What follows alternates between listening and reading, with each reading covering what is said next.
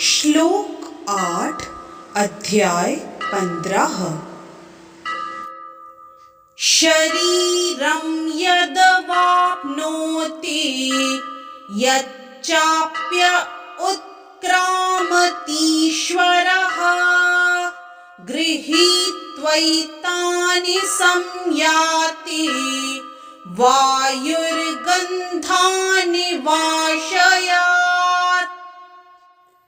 इस श्लोक के संदर्भ में एक दोहा प्रस्तुत है।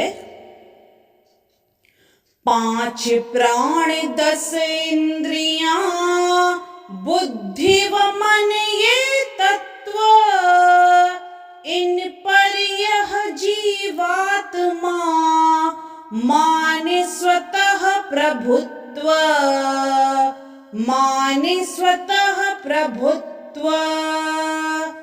यथा गंध के स्थान से वायु ग्रहण कर गंध ले जाती है साथ में, यद्यपि अल्प संबंध, यद्यपि अल्प संबंध।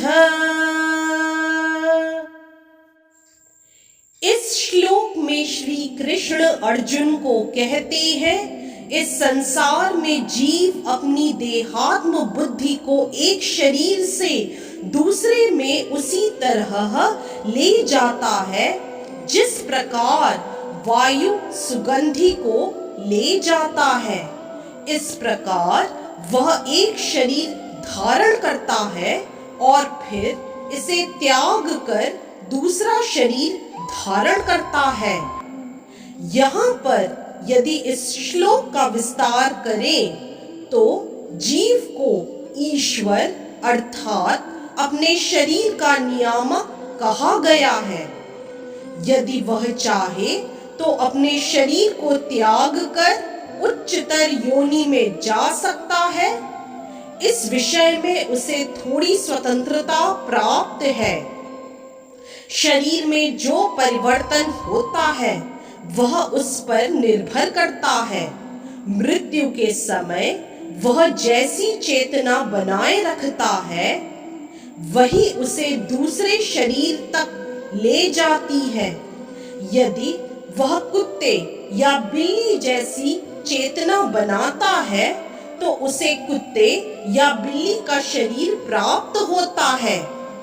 यदि वह अपनी चेतना दैवी गुणों में स्थित करता है तो उसे देवता का स्वरूप प्राप्त होता है, और यदि वह कृष्ण भावनामृत में होता है तो वह आध्यात्मिक जगत में कृष्ण लोक को जाता है, जहां उसका सानिध्य कृष्ण से होता है।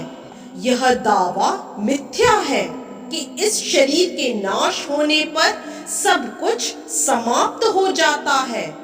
आत्मा एक शरीर से दूसरे शरीर में देहांतरण करता है और वर्तमान शरीर तथा वर्तमान कार्यकलाप ही अगले शरीर का आधार बनते हैं।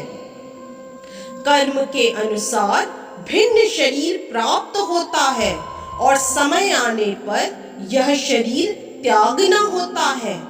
यहाँ यह कहा गया है कि सूक्ष्म शरीर जो अगले जीवन का बीज वहन होता है, अगले जीवन में दूसरा शरीर निर्माण करता है। एक शरीर से दूसरे शरीर में देहांतरण की प्रक्रिया तथा शरीर में रहते हुए संघर्ष करने की कर्षति अर्थात जीवन संघर्ष कहते हैं।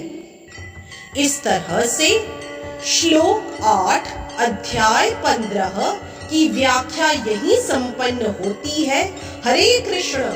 यदि आज का वीडियो आपको पसंद आया तो कृपया लाइक, सब्सक्राइब, कमेंट और शेयर करना न भूलें। चैनल का नाम है मिस्टिक फेथ।